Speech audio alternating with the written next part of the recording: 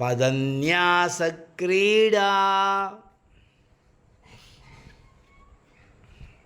పదన్యాసక్రీడా పదన్యాసక్రీడా పరిచయమివారబ్ధుమనసః పరిచయమివారబ్ధుమనసః పరిచయమివారబ్ధుమనసః స్ఖలంతస్తే ఖేలం స్ఖలంతస్తే ఖేలం స్ఖలంతస్తే ఖేలం భవన కలహంసా న జహతి భవన కలహంసా న జహతి భవన కలహంసా న జహతి అతస్తేషాం శిక్షాం అతస్తేషాం శిక్షాం అతస్తేషాం శిక్షాం సుభగమణిమంజీర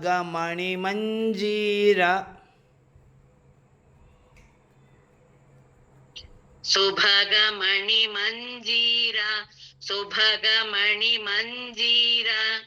రణితచ్ఛలాదాచక్షాణం రణితచ్ఛలాదాచక్షాణం రణితచ్ఛలాదాచక్షాణం చరణకమలం చారుచరితే చరణకమలం చారుచరితే చరణకమలం చారుచరితే. ధన్యవాద మహోదయ్. శుభమస్తల్లి, బాగా చెప్పారు మీరు. ఇక్కడ మన జగద్గురువులు ఏం వర్ణిస్తున్నారంటే అమ్మవారి నడక గురించి వర్ణిస్తున్నారు. అమ్మవారి పాదాల వేళ్ళు, గోళ్ళు ఇవన్నింటినీ వర్ణిస్తూ మరి ఆ పాదాలు ఎలా నడుస్తాయో కూడా చెప్పాలి కదా. ఆ నడక యొక్క సౌందర్యం ఎంత శ్రేష్టమైనదో చెప్పాలి కదా. అది ఇక్కడ చెప్తున్నారు. చంద్రుణ్ణి కూడా వెక్కిరించేటువంటి గోళ్ళు, అమ్మవారి గోళ్ళు కలిగిన పాదాలు ఉన్నటువంటి ఆ అమ్మవారి పాదాలు ఎలాంటి నడకను కలిగి ఉన్నాయి. కల్పవృక్షం యొక్క పూలగుత్తిలాగా తేనెను వర్షించేటువంటి ఆ పాదాలు, సంపదలను కురిపించేటువంటి ఆ పాదాలు ఏ విధమైనటువంటి సుందరమైన నడకలు కలవి అనంటే పదన్యాస క్రీడా.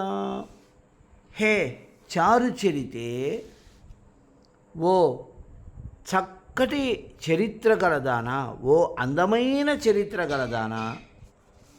ప్రతి శ్లోకంలోనూ గిరిసుతే, హిమగిరితనయే, తుహినగిరి కన్యే ఇలా చెప్తూ ఇక్కడ వచ్చేసరికి చారు చరితే, ఒక అందమైన చరిత్ర కలదానా అంటూ ఉన్నాడు స్వామి. పదన్యాస క్రీడా పరిచయం, అడుగులు ఎట్టా వెయ్యాలో నేర్పే క్రీడను పరిచయం చేయడం. అడుగులో అడుగు వేస్తూ అందంగా ఎలా నడవడం అనేది ఒక క్రీడ. ఆ క్రీడను పరిచయం ఆరబ్ధు మనసః, సంపాదించాలి అనే మనస్సు కలిగినవి అయినా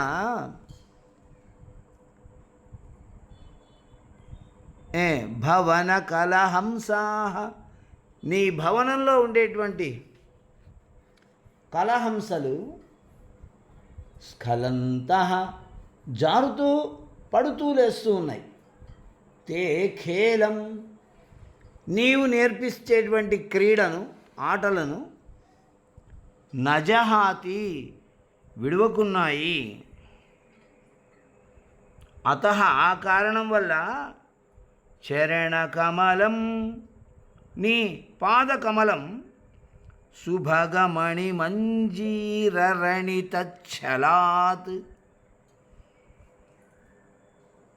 శుభగా సుందరమైన మణులతో కూర్చినటువంటి మంజీర గజ్జెల యొక్క రణిత శబ్దాలు, గజ్జెల సవ్వడులు అనే ఛలాత్ నెపంతో తేషాం ఆ హంసలకు శిక్షాం నడక ఎలా చేయాలి, నడక ఎలా నడవాలి అని శిక్షణను ఆచక్షాణం ఇవ నేర్పిస్తున్నాయా అన్నట్టుగా ఉన్నాయి. అని అంటే చూడండి, ఎక్కడైనా కూడా హంస నడకదానా అట్లా ఆడవాళ్ళని వర్ణిస్తారు. హంసలాగా నడుస్తూ ఉంది అని. నడకలో హంస యొక్క నడక చాలా అందంగా ఉంటుందట. కాబట్టి ఆ అందమైన నడక ఎవరైనా ఆడవాళ్ళు నడిస్తే హంసలాంటి నడక నీది అని చెప్తారు. కానీ ఇక్కడ ఏం జరుగుతుందంటే కలహంసలు వచ్చి అమ్మవారి భవనంలో తిష్ట వేశాయి. ఏమిటి ఇక్కడ అంటే అమ్మవారి దగ్గర ఎలా నడవాలో నేర్చుకుంటూ ఉన్నాయి. అమ్మవారి నడకను చూసి అమ్మవారి దగ్గర నడకలో శిక్షణ పొందుతూ ఉన్నాయి. పదన్యాస క్రీడా పరిచయం. పదన్యాసం అడుగు తీసి అడుగెలా వేయాలి అనే ఒక క్రీడ, అనే ఒక ఆటను పరిచయం చేసుకోవడానికి ఇక్కడికి వచ్చినట్లుగా ఉన్న ఆ కలహంసలు స్ఖలంతస్తే ఖేలం, నీవు వాళ్లకు నడిచి చూపించినప్పుడు ఆ నడకను సవ్యంగా నడవలేక స్ఖలంత కింద పడుతూ ఉన్నాయి. నీలాగా నడవడం రాక జారి కింద పడుతున్నాయి, పక్కకి వెళ్తున్నాయి, అటు వెళ్తున్నాయి, ఇటు వెళ్తున్నాయి. అయినా సరే అవి నీ పాదాలను వదిలిపెట్టకుండా తిరుగుతున్నాయి. స్ఖలంతస్తే ఖేలం భవన కలహంస నజహతి. నీ భవనంలో నువ్వు పెంచుకుంటున్నటువంటి ఆ కలహంసలు నజహతి వదిలిపెట్టడం లేదు. అవి నీ అంత అందంగా నడవలేకపోతున్నాయి, మాటిమాటికి జారి కింద పడుతున్నాయి. అయినప్పటికీ కూడా నీ పాదాలను వదలకుండా ఉన్నాయి. సరే, కింద పడితే పడ్డాను, మళ్ళీ ప్రయత్నం చేద్దాం. అమ్మ ఇలా నడుస్తుంది కదా, అలాగే నేను కూడా నడుద్దామని మళ్ళీ నడుస్తూ ఉన్నాయన్నమాట. అతస్తేషాం శిక్షాం.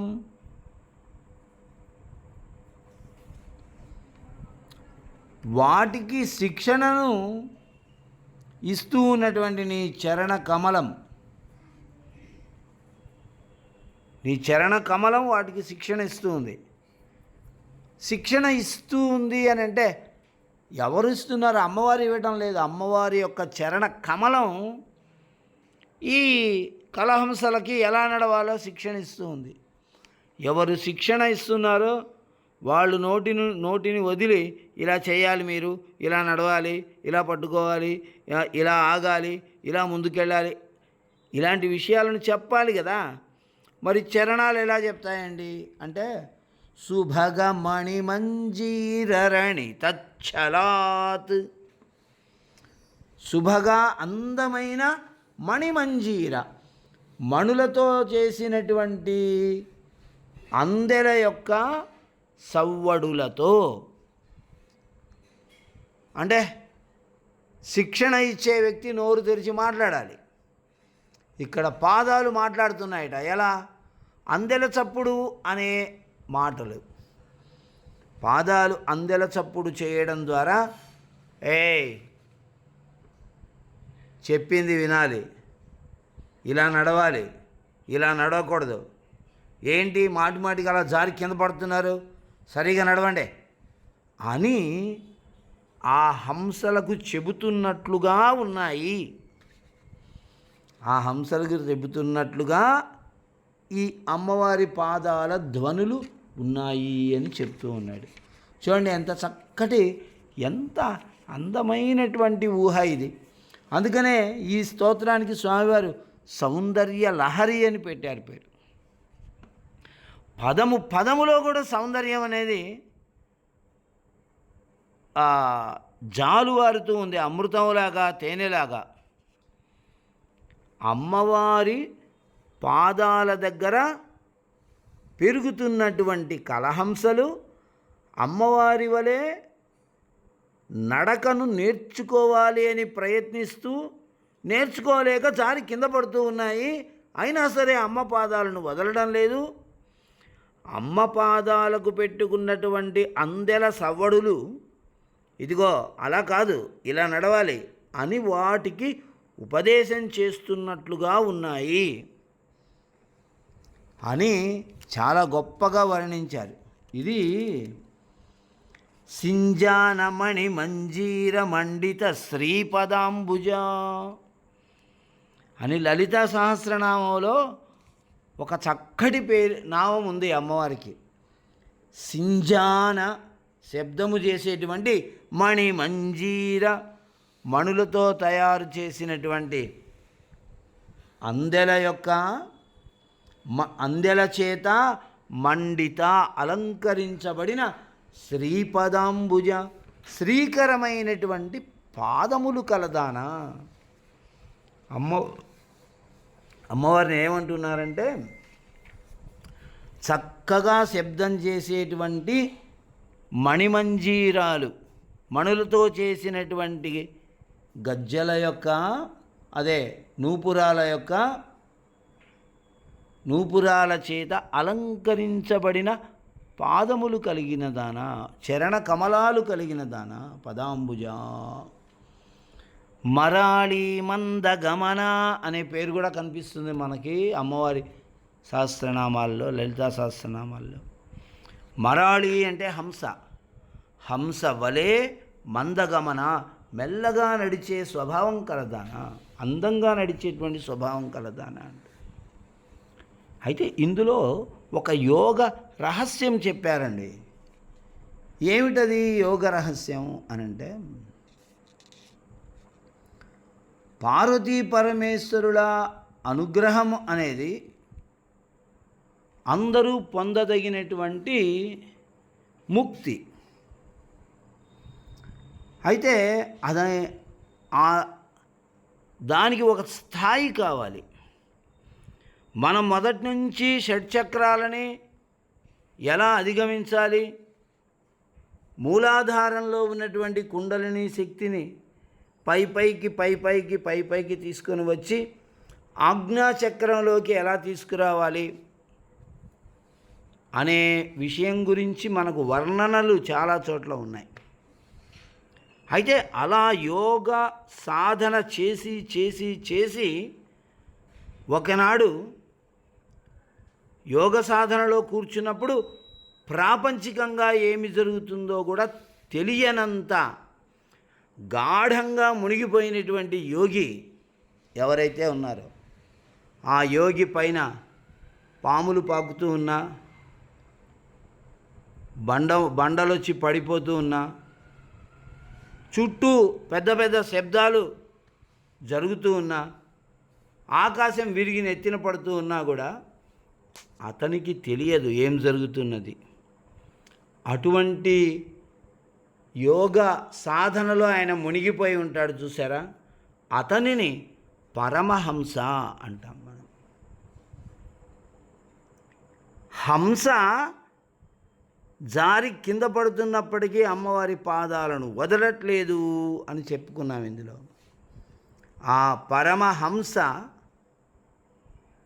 తాను ఆ యోగ సాధనలో మాటిమాటికి మనస్సు పక్కకెళ్ళి జారి పడిపోతున్నా కూడా అతను మళ్ళీ దాన్ని అమ్మవారి పాదాలని పట్టుకొని ముందుకు తీసుకెళ్ళి పరమహంస స్థాయికి వెళ్ళిపోయాడు.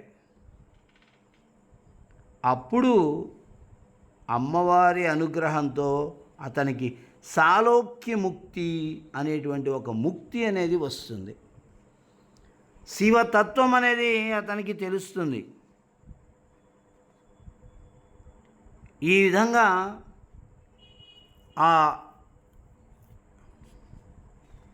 శివతత్వం ప్రతిపాదించే మంత్రాలతో పార్వతీ పరమేశ్వరులను ఉపాసించాలని ఈ పరమహంసలు కోరుకుంటారు. ఈ పరమహంసలు ఆ ఆదిపరాశక్తి చేసేటువంటి శివనామ సంకీర్తనలని వింటారు. విని ఆమె పరమేశ్వరుణ్ణి ఆరాధన చేసే విధానాన్ని చూసి తాము కూడా అలా చేయాలని కోరుకుంటారు. ఇక్కడ మనకి ఏం చెప్పారంటే, హంస అమ్మవారు ఎలా నడుస్తుందో చూసి అలా నడవాలి అని ప్రయత్నం చేస్తోంది, శిక్షణ పొందుతోంది అన్నారు. పరమహంస అమ్మవారు శివుణ్ణి ఎలా ఉపాసన చేస్తూ ఉంది అని గమనించి తాను కూడా అలా ఉపాసన చేయాలి అని ప్రయత్నిస్తూ ఉంటాడు అనే విషయం ఈ యౌగికమైనటువంటి అర్థం. అది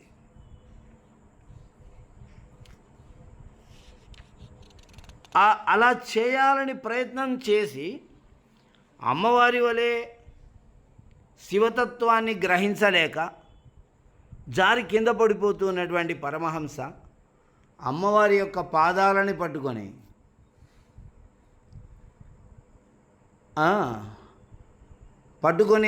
అలాగే ఉండడం వల్ల అప్పుడు అమ్మవారి యొక్క పాదాల గజ్జెల చప్పుడులు ఆ పరమహంసకి శిక్షణనిస్తున్నాయి. నాయన అలా కాదురా, ఇలా చేయాలి, ఈ విధంగా ఉండాలి, ఇలా చేస్తే పడిపోతావు, మళ్ళీ లోకంలోకి వెళ్తావు, ఇలా చేస్తే పడిపోకుండా పైకి వస్తావు, యోగ సాధనలో ముందుకెళ్తావు అని యోగ సాధన రహస్యాలని పరమహంసలు అమ్మవారి పాదాలకున్న గజ్జెల సవ్వడుల ద్వారా తెలుసుకుంటున్నారు అనే యోగ సాధనకు సంబంధించిన లోతైనటువంటి ఒక అర్థం ఇందులో మనకు తెలుస్తూ ఉంది. ఈ శ్లోకాన్ని 25 రోజులు ప్రతిరోజు 1000 సార్లు చదవాలి. ఈ శ్లోకాన్ని ప్రతిరోజు 1000 సార్లు చదువుతూ అమ్మవారికి పాల పరమాన్నం నైవేద్యం చేయాలి. చేసినప్పుడు భూలాభము ధనలాభము అనే 2 ఫలితాలు కలుగుతూ ఉన్నాయి. అటువంటి అత్యంత శ్రేష్టమైన అందమైనటువంటి ఈ శ్లోకము మనకు కూడా ఆ శివతత్వానికి సంబంధించిన రహస్యాలని బోధించి శుభాలను చేకూర్చుగాక. పదన్యాస క్రీడా పరిచయమివారబ్ధు మనసః స్ఖలంతస్తే ఖేలం భువన స్ఖలంతస్తే ఖేలం భవన కలహంసా న జహతి అతస్తేషాం శిక్షాం సుభగమణిమంజీరరణితచ్చలాదాచక్షాణం చరణకమలం చారుచరితే. శ్రీమాత్రే నమః.